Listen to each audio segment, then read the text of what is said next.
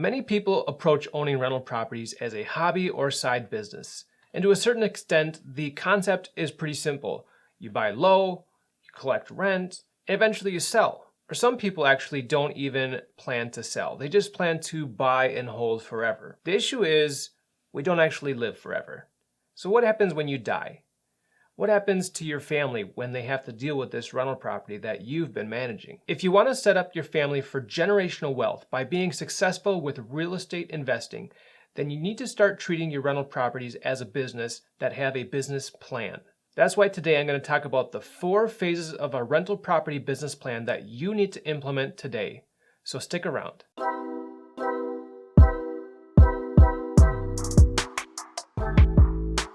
What's up, everybody? John Stiles here with Bridge Realty, helping people like you buy, sell, and invest in multifamily properties in the Twin Cities.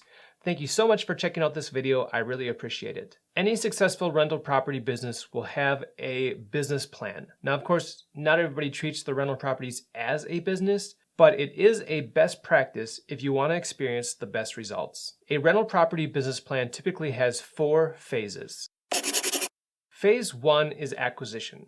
There's actually a lot that goes into this, between marketing for deals, building relationships with brokers, establishing rapport with investors, getting qualified for your loan, underwriting deals, and making offers. It can be a long journey to actually acquire your investment property, especially in today's environment where buying multifamily properties has become so popular. To set yourself up for success in this phase, you want to clearly define what you're looking for. What neighborhoods are you interested in? What asset class are you looking for? What property class are you looking for? What returns are you looking for? What type of client are you going to be serving? There are all sorts of categories to define so that when you see a good deal, you'll know it. Sometimes achieving your desired returns means you're looking for a distressed asset. Maybe it's got really low occupancy. Maybe it's got really high expenses. Maybe it's been mismanaged and things are out of control with the tenants there. If you find a deal like this, that can be a great way to solve those problems and create a ton of value in the process.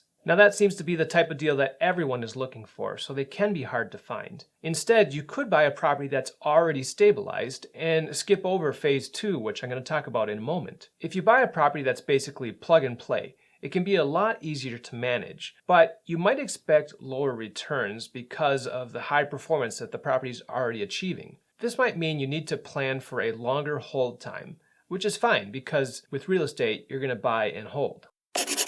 Phase 2 of the business plan is stabilization.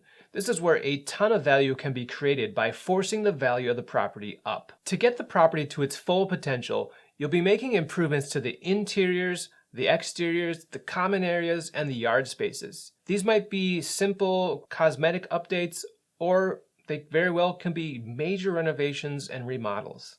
The goal here is to show pride in ownership so that you attract residents that are proud to live in this property. This phase takes a certain skill set of managing contractors, managing subcontractors, managing budgets, and managing timelines. You definitely don't want to make this process drag out for too long, because often you'll have vacant units, and that means you don't have revenue coming in for those units. Now, you should have plenty of reserves so you can get by this period of renovations, but you don't want it to drag on too long. You also need to be able to balance making high quality improvements without over improving the property. You need to be familiar with the neighborhood and what your clients are going to expect in terms of finishes and amenities.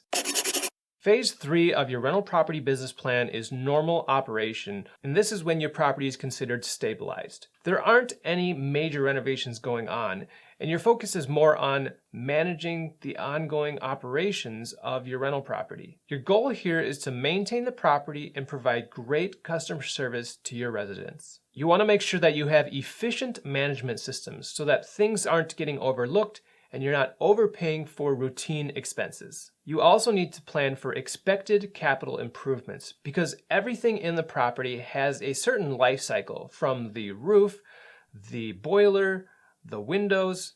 They all are going to break down eventually, so you need to plan and budget for these upcoming improvements later on down the road. You want to prevent your property from becoming distressed or dilapidated Otherwise, you're going to be the one selling your property under market value. Phase 3 is often where people fall asleep at the wheel. They've done the heavy lifting previously, and now they think they're just going to coast into retirement. But you have to remember that things naturally break down. You have to pay close attention to what's going on in your property with the residents and with the condition of the property. Otherwise, it's going to spiral out of control, and you're not going to be able to attract the type of residents that you want to have at your property. By paying close attention to your property and addressing concerns right when they come up, you'll be able to provide great customer service to your residents and increase tenant retention. This is going to reduce your turnover costs and increase your net operating income. And since multifamily properties are largely valued based on net operating income and cap rates, this is going to highly improve your property value.